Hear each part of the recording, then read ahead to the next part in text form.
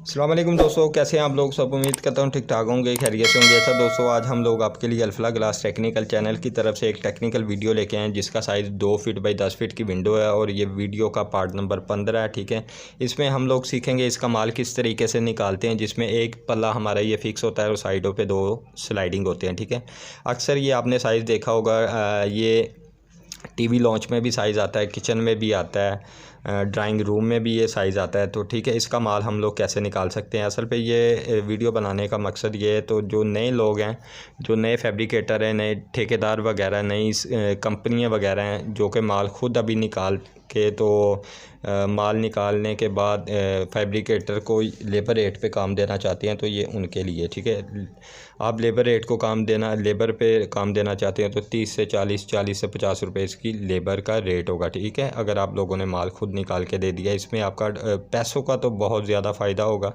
Time का भी फ़ायदा होगा। ठीक है, तो अब चलते हैं जी, माल हम लोग कैसे निकालेंगे। DC-30 भी हमें चाहिए, 14 फीट की एक लेंथ और 14 फीट की हमें लेंथ आसानी से मार्केट से मिल जाएगी। DC-26 भी हमें 10 फीट का पीस चाहिए, ये मार्केट से 10 फीट की हमें आसानी से पीस मिल जाएगा। और M-23 हमें चाहिए 4 फीट का, ये भी मार्केट से आसानी से आप लोगों को 4 फीट का पीस मिल जाएगा। और M-28 हमें 8 फीट का पीस चाहिए, आसानी से 8 फीट का हमें पीस मिल जाएगा।